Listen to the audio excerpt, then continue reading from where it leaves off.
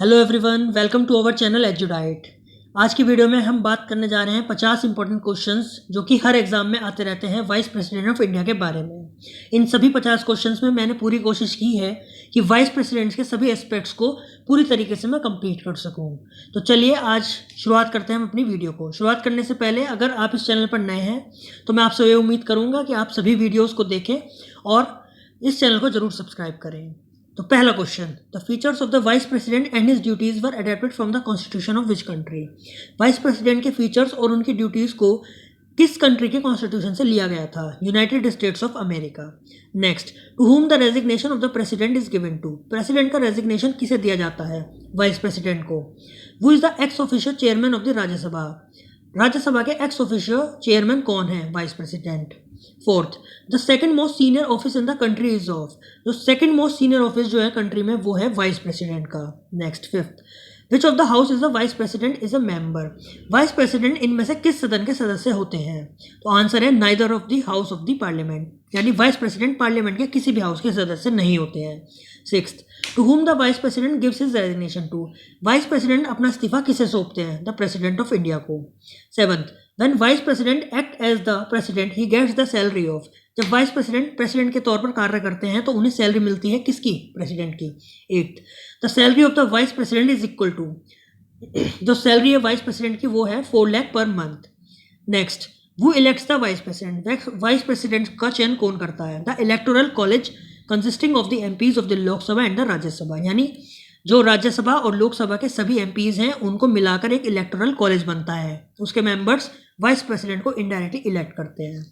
Next, tenth, who hills the vacancy of the president in case of the death, resignation और impeachment, यानी president की death या उनका resignation या उनका इम्पीचमेंट के बाद उनकी वैकेंसी को कौन फिलअप करता है? Vice president. Next, 11th, what is the maximum time period for which the vice president can act as the president of India.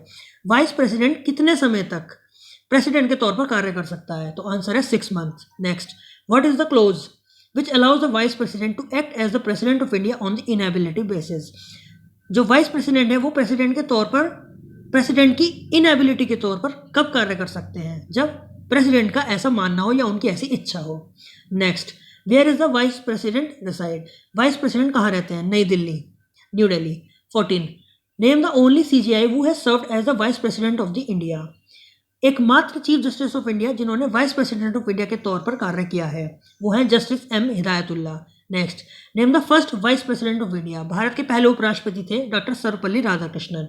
16th, next, वो holds the elections for the vice president. Vice president के election कौन कराता है? यानी election commission of India, चुनाव आयोग कराता है। 17, the second most senior office of the country is of. Second most senior office जो है कंट्री में वो है वाइस प्रेसिडेंट का। 18, who has the right to handle the disputes regarding the election of the vice president।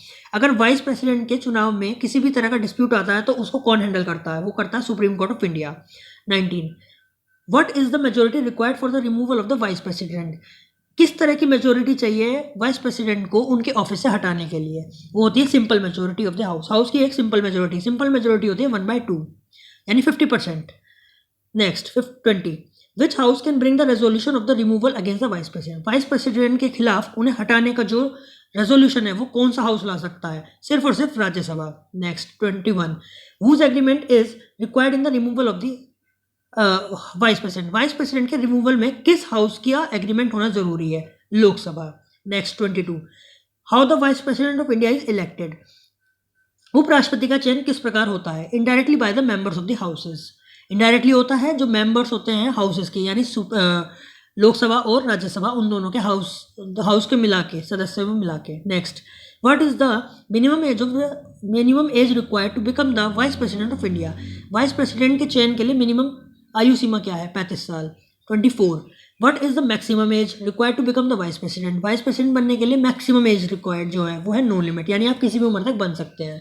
25, next, who act as the chairman of the Rajya Sabha when vice president act as the president. जब vice president president के तौर पर कार्य करते हैं तो राज्यसभा का chairman कौन होता है? वो होता है deputy speaker of the Rajya Sabha. Next, can the vice president of India is री इलेक्टेड। क्या वाइस प्रेसिडेंट का चयन दोबारा किया जा सकता है? हाँ, बिल्कुल किया जा सकता है, yes. 27, how many members are required for the proposals of the candidature of the vice president. अगर वाइस प्रेसिडेंट अपना इलेक्शन लड़ने जा रहे हैं तो उनके कैंडिडेचर के लिए कितने सदस्यों का सिग्नेचर जरूरी है उनके नॉमिनेशन के लिए, वो है 20 members. Next, what is the security deposit required to pay for the election commission to the vice president. जब चुनाव के लिए खड़े होते हैं वाइस प्रेसिडेंट में तो कितने आपको सिक्योरिटी डिपॉजिट, कितने रुपए आपको सिक्योरिटी डिपॉजिट के तौर पर जमा करने होते हैं, वो है 15,000। Next, what is the procedure of voting for the election of the vice president कोल। जो वोटिंग होती है वाइस प्रेसिडेंट के इलेक्शन में उसको क्या कहते हैं, वो होती है proportional representation by the means of single transferable vote system. यानी कि आपको प्रोपोर्शनली आप रिप्रेजेंट करते हो, ठीक है, और आपकी एक सिंगल वोट होती है, सिंगल वोट के हेल्प से। 30, नेक्स्ट, वो presides over the oath of the vice president. Vice president को शपथ कौन दिलवाता है, वो है the president. 31, which constitutional amendment dismiss the compulsion of the joint sitting of the two houses of the parliament. कौन सा संविधान संशोधन विधेयक ऐसा था जिससे वाइस प्रेसिडेंट के चयन के लिए होने वाला जॉइंट सिटिंग हटा दिया गया था, वो है 16th अमेंडमेंट एक्ट। यानी कौन सा कॉन्स्टिट्यूशनल अमेंडमेंट ऐसा था जिसकी हेल्प से वाइस प्रेसिडेंट के चयन के लिए होने वाली जॉइंट सिटिंग को अनिवार्य था उसकी खत्म कर दी गई थी, तो वह 16th amendment act. 32, what cannot a vice president do while being the chairman of the Rajya Sabha. Rajya Sabha के चेयरमैन होते होते वाइस प्रेसिडेंट क्या काम नहीं कर सकते हैं, he can not dissolve the Rajya Sabha, यानी वो राज्यसभा को भंग नहीं कर सकते हैं। 33, when the vice president uses his vote. Vice president अपनी वोट का इस्तेमाल कब करते हैं, जब कोई टाई हो जाता है किसी भी रेजोल्यूशन पे। 34, when can the nominated members of the Rajya Sabha use their vote. जो राज्यसभा के नॉमिनेटेड मेंबर्स होते हैं वो अपनी वोट्स का इस्तेमाल कब कर सकते हैं, वो कर सकते हैं in the election of the Rajya Sabha and vice president. 35, which vice president resign his post to contest in the elections of the president. कौन से ऐसे वाइस प्रेसिडेंट थे जिन्होंने अपनी पद से इस्तीफा दे दिया था ताकि वो प्रेसिडेंट के इलेक्शन में खड़ा हो सके, वो है वीवी गिरी, और इन्होंने ऐसा किया था 1969 में। 36, who is the 13th vice president of India. Bharat के 13वें उपराष्ट्रपति हैं Venkaiah Naidu. 37, who has been the vice president for the shortest period. सबसे कम समय के लिए वाइस प्रेसिडेंट कौन रहे हैं, वो है वीवी गिरी।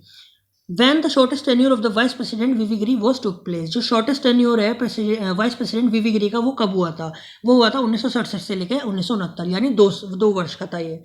Next, the vice president of India can be compared with. जो वाइस प्रेसिडेंट हैं इंडिया के उनको कंपेयर किया जा सकता है vice president of the USA से।